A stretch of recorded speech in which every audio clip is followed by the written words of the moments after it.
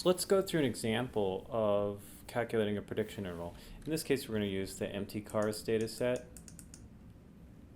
Okay, and so I'm going to fit a model that has miles per gallon as the outcome, horsepower and weight and an intercept as predictors. Okay, so there's my fit.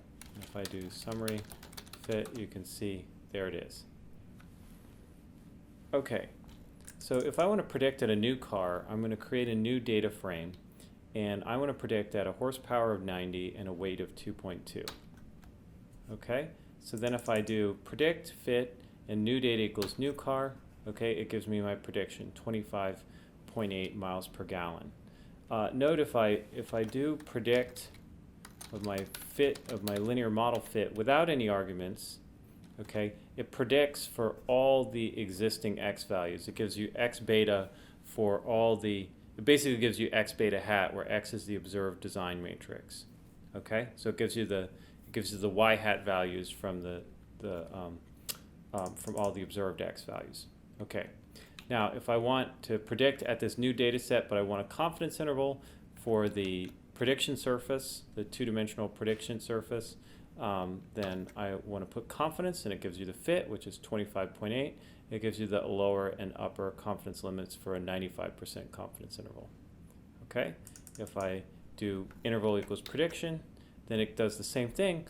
However, it's giving you a prediction interval. So notice that the lower and upper confidence intervals are, the lower one is lower and the upper one is higher, representing that 1 plus that exists in there.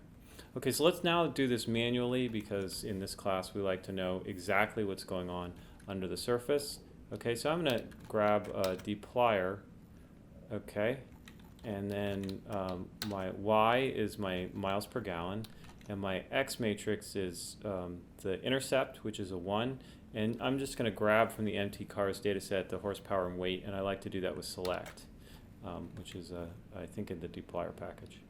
Okay, my n is the number of observations I have, and my p is the number of columns of x, which in this case p should be 3.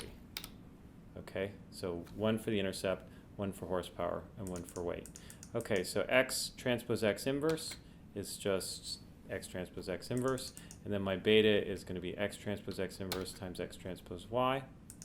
And then the new value I'd like to predict at is my intercept, okay, 90 and 2.2. Okay, 90 for the horsepower and 2.2 for the weight.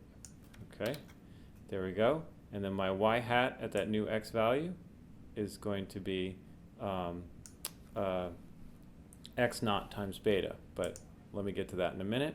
My y hat at my observed x values is x beta, okay, and then my residuals are going to be y minus y hat, and then my residual variance is just my average squared residuals divided by n minus p rather than n. Okay, now my prediction, my y hat 0 at this new value of x is just going to be x naught times beta, and I just did sum just to avoid having to type out the matrix multiplication operator. Okay, so what's my confidence interval? It's y hat, then plus or minus the 0.975th quantile. So instead of plus or minus, I just say plus the 0.25th and 0.975th quantile, because notice if you do that, it's going to return the negative and the positive version. Okay, then times s, then times square root x naught transpose x inverse x naught transpose. So there it is.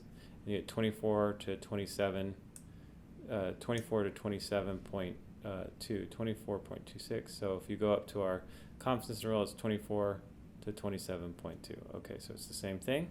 Now let's do our prediction interval. It's the same thing, only now there's this 1 plus right here. Okay, so let's do that again. And we get 20.356, 31.31. Okay, so 20.356, 31.31. Okay, so that's what's going on under the scenes. It's pretty straightforward logic on how it's doing this, and you know, just make take into account if you want to estimate the prediction surface at a particular point, you want a confidence interval, and if you want to evaluate the prediction surface plus the variability, the natural variability that exists around that prediction surface, make sure you do a prediction interval rather than a confidence interval, and it's all pretty easy with the predict function. Okay, you should only do these kind of calculations just as part of something like this class where you're just verifying that you understand how it works, and then from then on you would use the more natural function to do this.